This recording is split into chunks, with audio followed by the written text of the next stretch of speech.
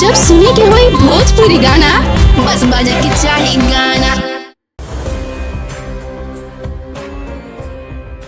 रुक का गई नहीं रहुआ। तू जा, हमरा अकेले में दर्शन करे के बा। हो गल नाटक चालू। घर में तो नाटक करबो के लेने पूरे समाज के सामने नाटक करत ही। हम नौटंकी करते कि तू करते हो, कहते नु जा अकेले में दर्शन कर। देखा हम सीधा बोला थी चल अंदर। तहरा ले अभी तक जीतल बने की जीतल। चल हमके सौंप देनी देनी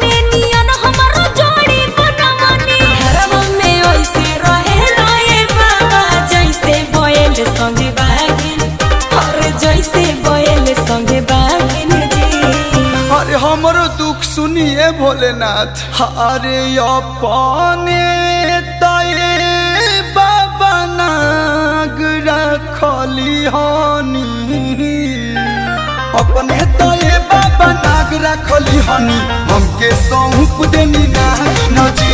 अरे अपने तये बाबा नाग रखली हनी, हमके सौंप देनी ना जी।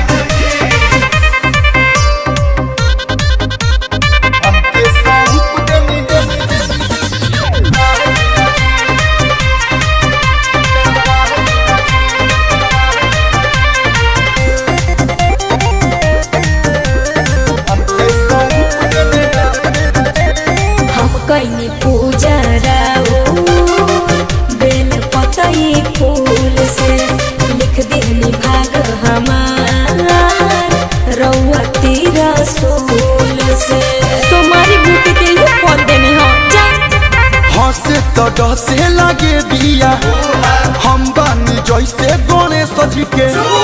बौरा जी खुश बाड़ी रौरा के पाके, हम ही करहिया भागिन।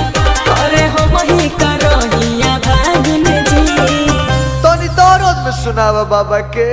अरे अपने तये बाबा नागरा खोली हनी, बच्चा के पुकारतिया दोस्त ले देखो तो।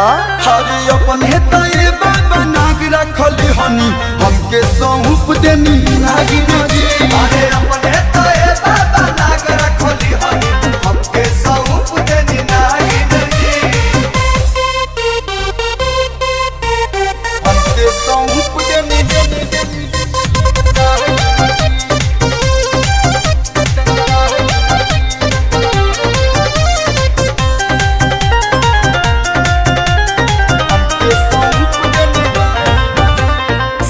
बेरी छती सुगुनवा मिलल गोड़ी तगड़ा, अब तो रहेला खाली छती सके आकड़ा।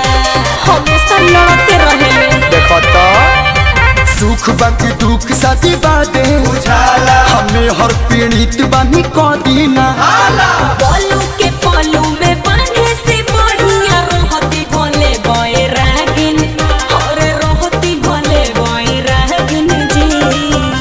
अरे अपने तये बाबा पोसले लगे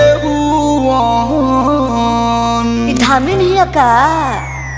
अरे अपने तये बाबा पोसले लगे हुवन, हमके खाना देला नाही नजी। अरे अपने तये बाबा नाग रखली हनी, हमके सौंप देनी नाही नजी। जैसा ने बड़े ठीके बड़े।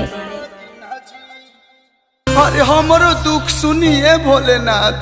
अरे अपने तये बाबा नाग रखली हनी, अपने तये बाबा नाग रखली हनी, हमके सौंप देनी ना जी।